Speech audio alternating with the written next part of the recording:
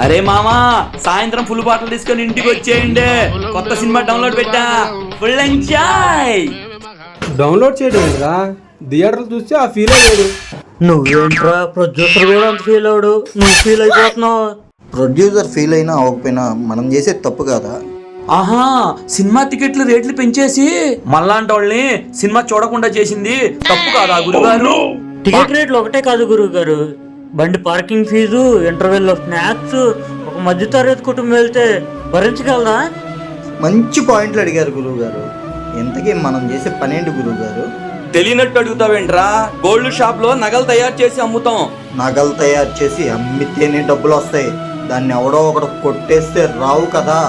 దానికి దీనికి సంబంధం ఏంట్రా?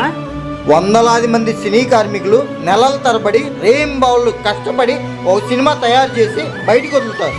అది సక్సెస్ అవుతా లేదా అనే భయంతోనే బతుకుతారు. అటువంటి సినిమాని దొంగతనంగా చూడడం తప్పు కాదారా? ఇలా అయితే నిర్మాతలు బతుకుతారా? నువ్వు చెప్పింది కరెక్టేరా. ఇంతింత రేట్లు తీసుకోవటం న్యాయం అంటావా?